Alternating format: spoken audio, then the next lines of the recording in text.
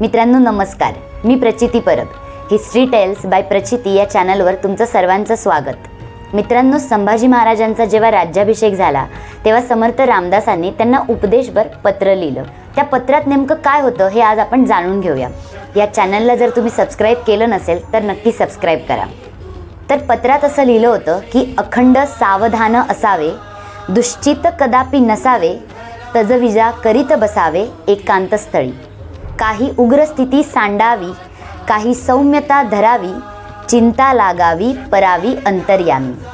मागील अपराध क्षमावे, कारभारी हाती धरावे, सुखी करुणी सोडावे कामाकडे. पाटवनी तुंब निघेना, तरी मग पाणी चालेना, तैसे सज्जनांच्या मना कळले पाहिजे.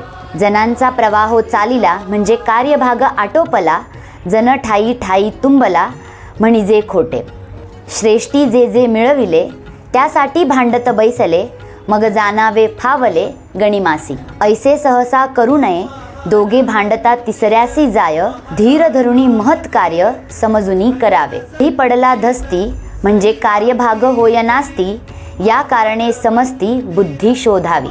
राजी राखता जग, मग कार्यभागाची लगबग, ऐसे जाणोनिया सांग, समाधान राखावे. सकळ लोक एक करावे, गलिम निपटून काढावे, ऐसे करिता कीर्ती धावे दिगंतरी. आधी गाजवावे तडाके, मग भूमंडल धाके, ऐसे न होता धक्के राज्यास होती. समस्त प्रसंग ओळखावा, राग निपटून काढावा, आला तरी कळोने दावा जनांमध्ये. राज्यामध्ये सकळ लोक, सलगी देऊनी करावे सेवक, लोकांचे मनामध्ये धाक उपजोची नये. बहुत लोक मेळवावे, एक चिवारे भरावे, कष्टे करुणी घसरावे मिलेंछांवरी. आहे तितुके जतन करावे, पुढे आणिक मिळवावे, महाराष्ट्र राज्य करावे जिकडे तिकडे.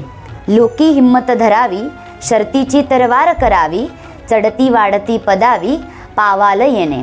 शिवरायास आठवावे, जीवित्व तृणवत मानावे, इहलोकी परलोकी राहावे कीर्तिरूपे. शिवरायांचे आठवावे स्वरूप, शिवरायांचा आठवावा साक्षेप, शिवरायांचा आठवावा प्रताप भूमंडली. शिवरायांचे कैसे चालणे, शिवरायांचे कैसे बोलणे, शिवरायांची सलगी देणे कैसी असे. सकळ सुखांचा त्याग, करुणी साधिजे तो योग, राज्य साधनाची लगबग कैसी केली. त्याहुनी करावे विशेष, तरीच म्हणावे पुरुष, या उपरी आता विशेष काय लिहावे. या पत्रावरून समर्थ रामदासांचा शंभूराजांवर किती विश्वास होता हे आपल्याला दिसून येतं. अगदी वडिलांप्रमाणे त्यांनी त्यांना उपदेश केलेला आहे. या पत्रातून तुम्हाला काय शिकायला मिळालं हे तुम्ही कमेंट बॉक्समध्ये नक्की सांगा. धन्यवाद.